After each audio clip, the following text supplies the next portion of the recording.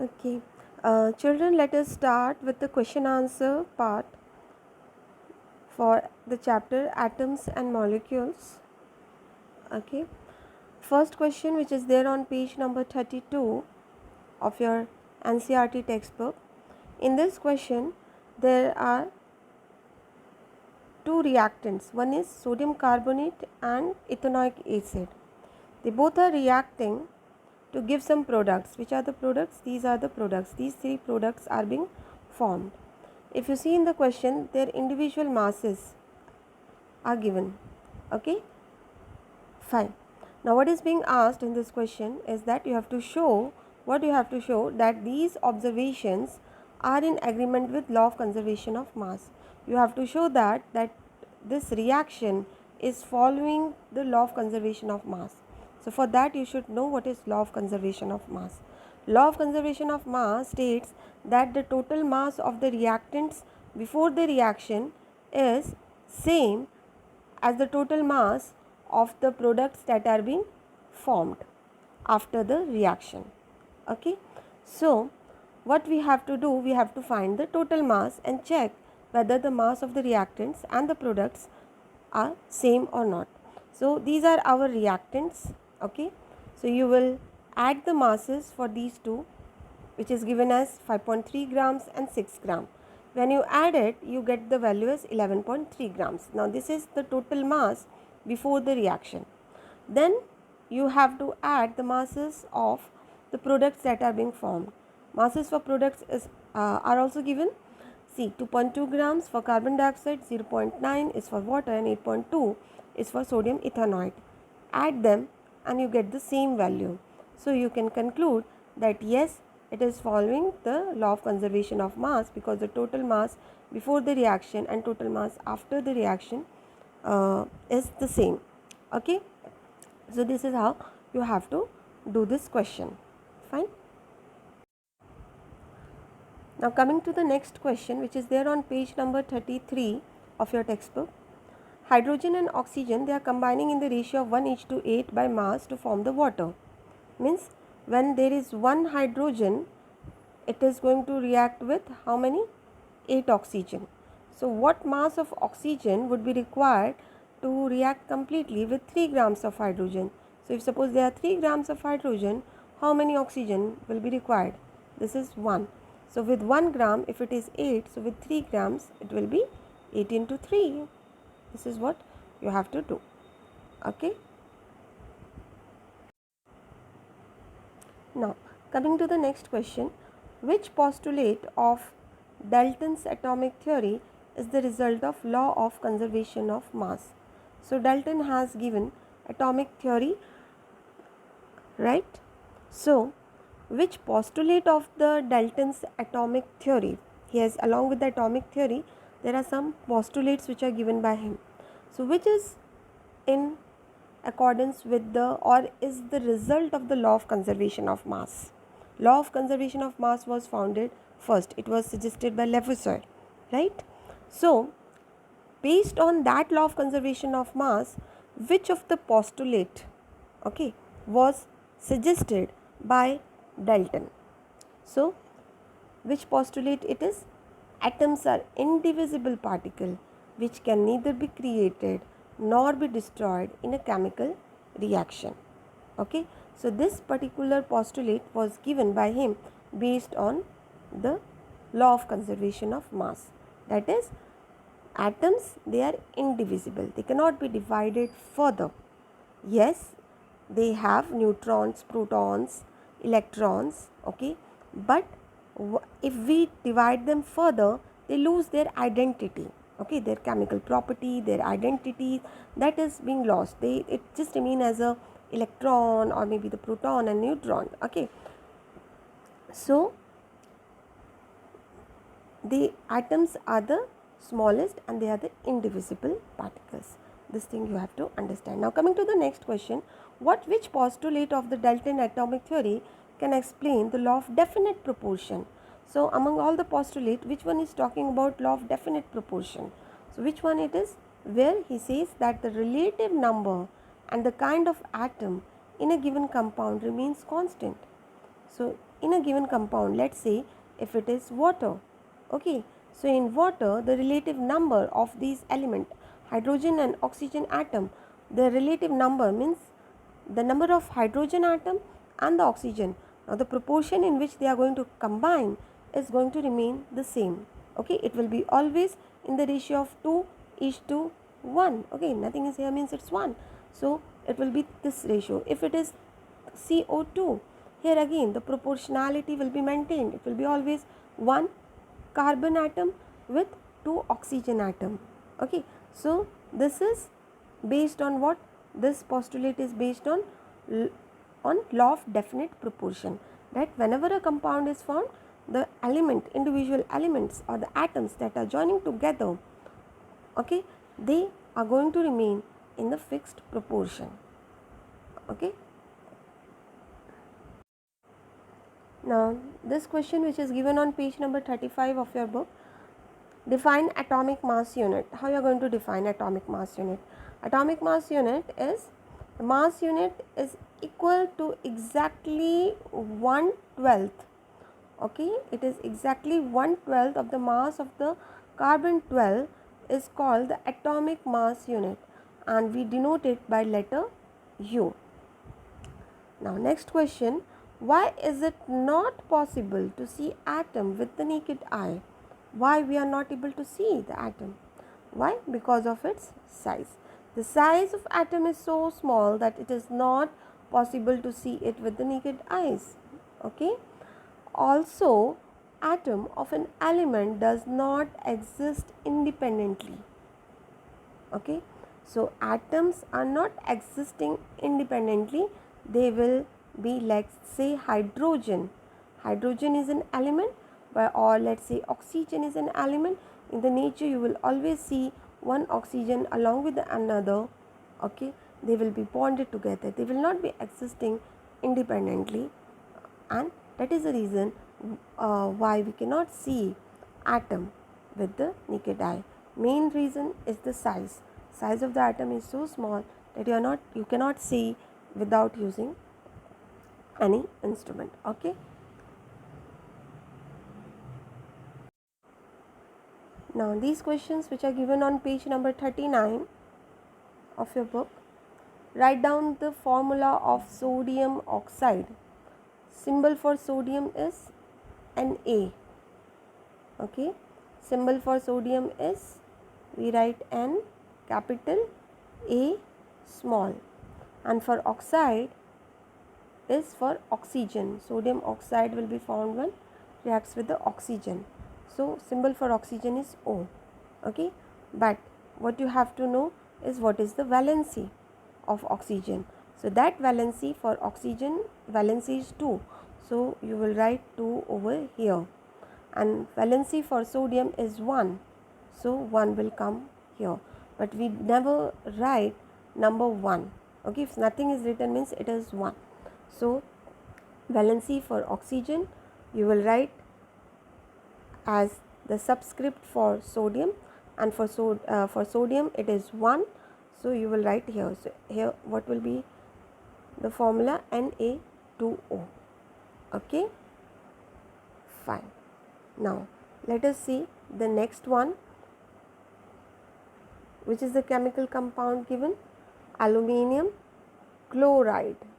Aluminium symbol is capital A small l, okay, this is aluminium. For chlorine it is Cl. Now we have to check for the valency.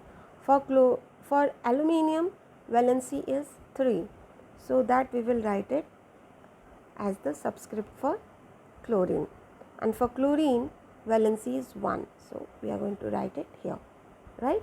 So this one, as I said, we don't have to mention 1 when we write the formula, chemical formula, we don't have to write 1.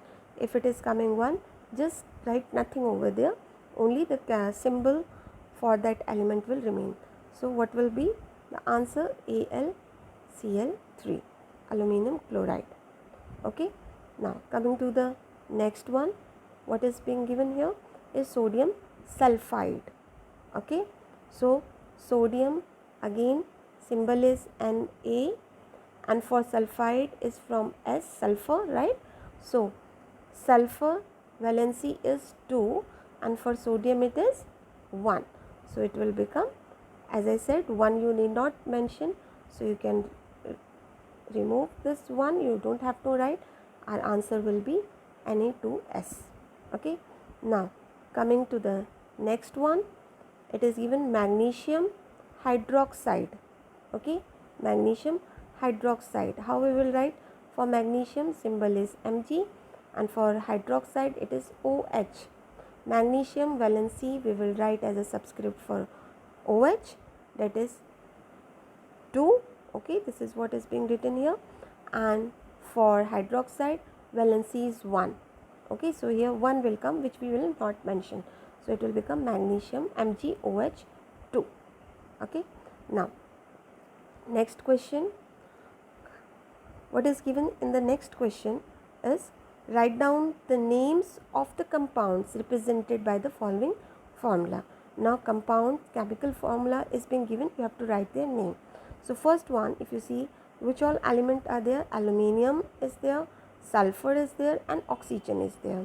Okay, in this one, so aluminium, what it will be? SO4. SO4 has which all elements? Sulfur, and there are 4 atoms of oxygen also. So SO4 is called as sulfate. Okay, so we will write it as aluminium sulfate. Answer will be aluminium sulfate. Al2SO4 thrice is aluminium sulfate. Now next one, CaCl2. CaCl2 has what all elements? Ca stands for calcium and Cl is for chloride. So our name for the chemical compound shown here is calcium chloride. Coming to the next one, K2SO4. K is the symbol for potassium, so we'll write potassium, and SO4, as I said, it is for sulfate. Like see here, in case of aluminium also we have written in the first question aluminium sulfate. SO4 is written as sulfate, right? SO4 is written as sulfate. Same way here also SO4 will be written as sulfate, and K stands for potassium. Okay, now coming to the next one, CaCO3. Ca is a symbol for calcium.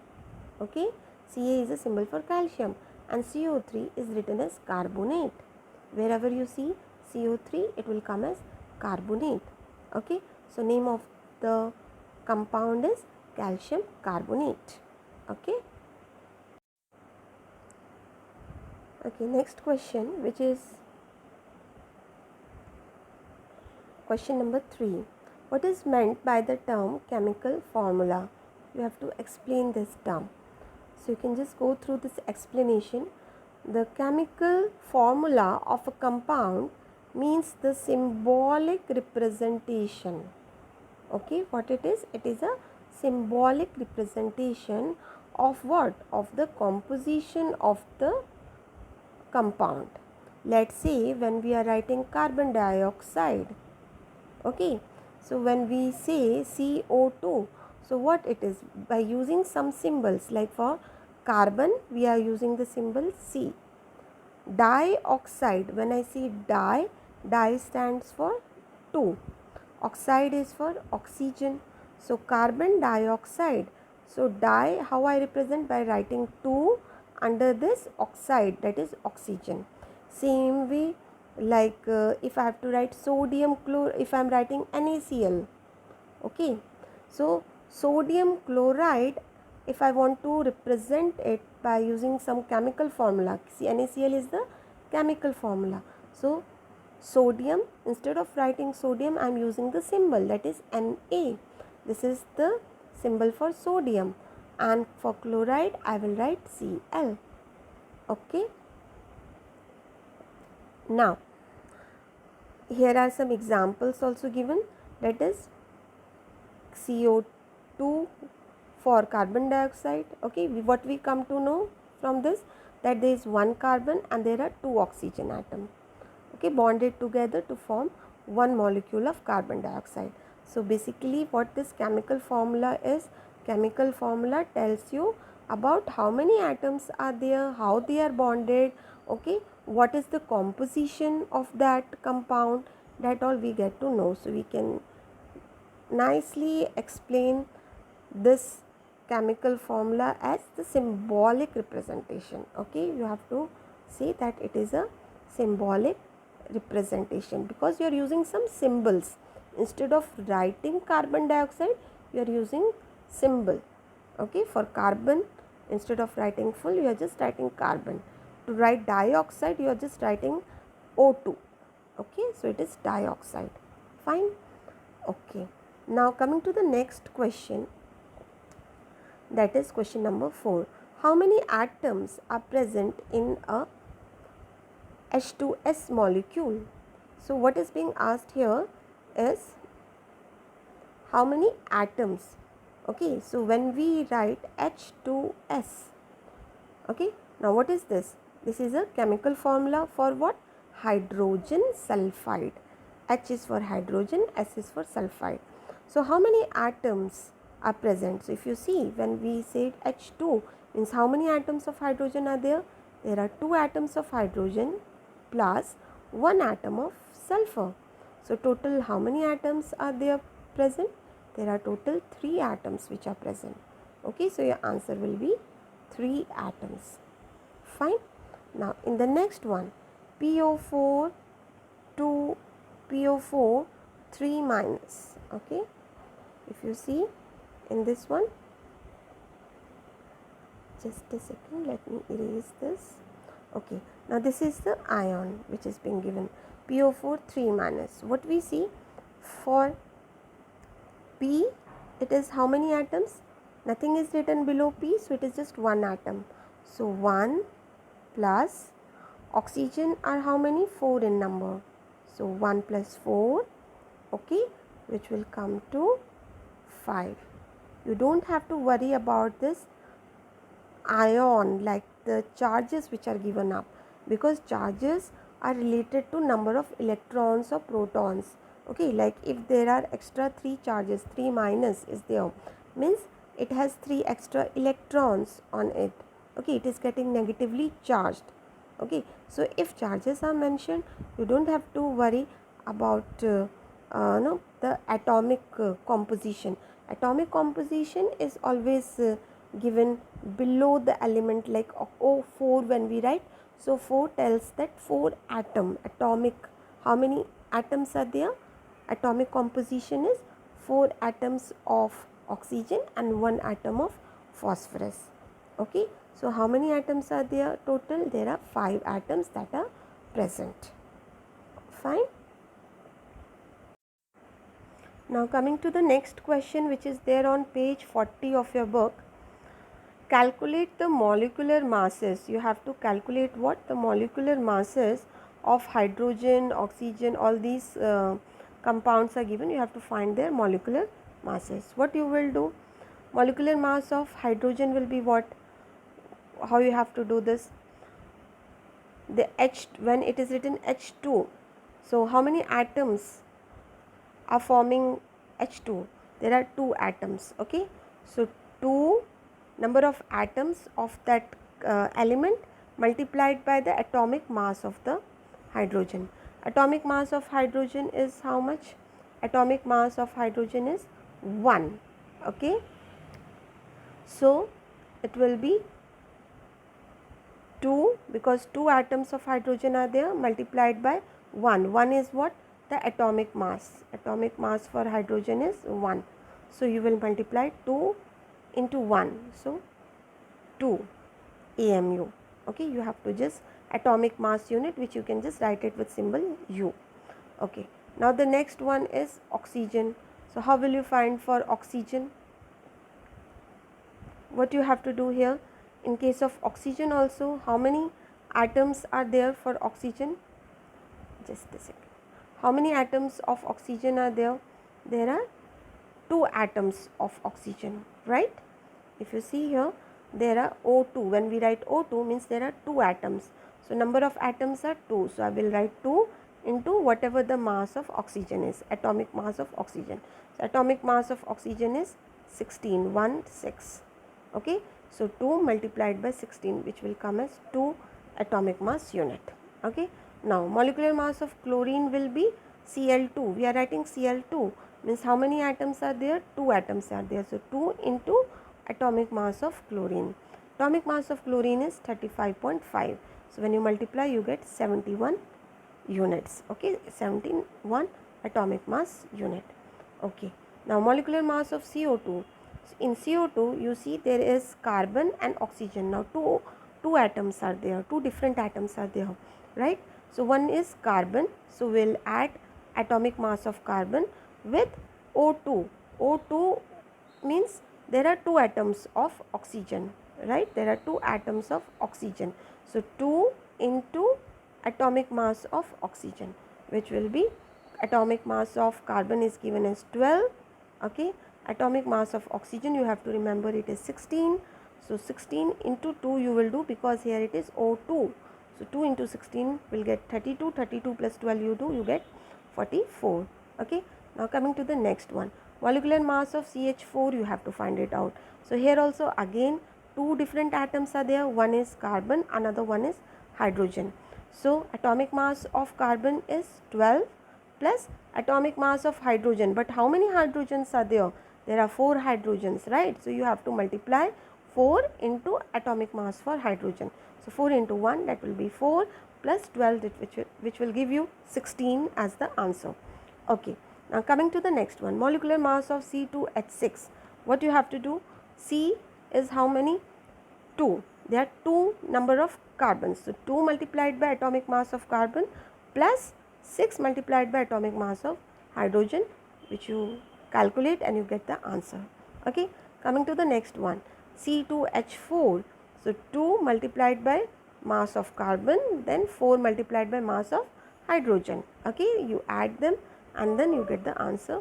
Okay, now coming to the next one, molecular mass of NH3. In NH3, that is ammonia, here again there are two different atoms involved. One is nitrogen, so we will add the atomic mass of nitrogen with atomic mass of hydrogen. But is it only one hydrogen? No, there are 3 hydrogen. So 3 multiplied by atomic mass of hydrogen. Okay, so you get the answer as 17. Fine. Now the next one, molecular mass of CH3OH. Okay, it's an alcohol. So carbon are how many in number? Atomic mass of carbon, that is 12. Okay, then H are how many in number?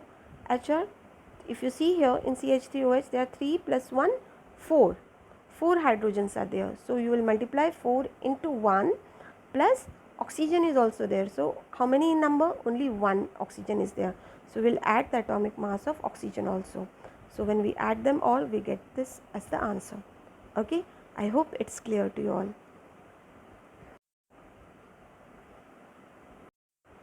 Okay, now in this question number 2, here also you have to find the unit masses. Okay, for calculate the formula unit mass. Okay, this chemical formula is being given, ZNO, Na2O, K2CO3. Okay, and their individual masses for each of the element is also being given. Okay, in this question. So what you have to do, you have to find the formula unit mass. Okay, just a second. You have to find the formula unit mass for all these compounds. Okay, so first one is zinc oxide. Okay, ZNO. So atomic mass of zinc you will add with the atomic mass of oxygen. They both are only 1 in number, so you have to simply add their atomic masses, which is given in the question, right? For you see here, for zinc it is 65, and for oxygen you see here it is given as 16.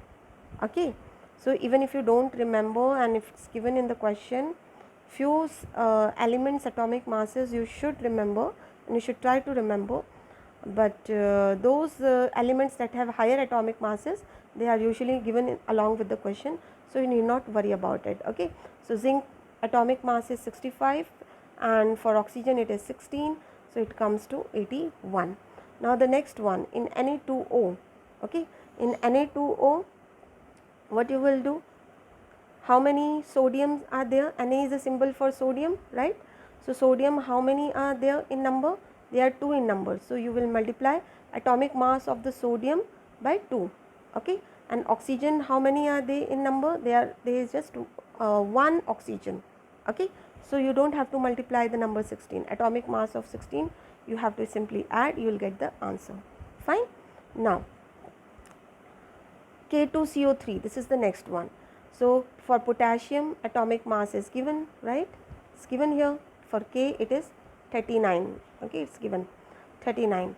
So you will add the atomic mass of potassium, okay, which is given as 39. So how many potassium are there? There are 2 atoms of potassium, right? So you will multiply 2 into 39, then you will add it to the atomic mass of carbon. There is only one carbon, so you will just add 12 plus oxygen. How many are they in number? They are 3 oxygens, right? O3 is there, no? So 3 into atomic mass of oxygen. Okay, so you add them all, you get the answer. Fine. Now coming to the next question, that is given on page number 42.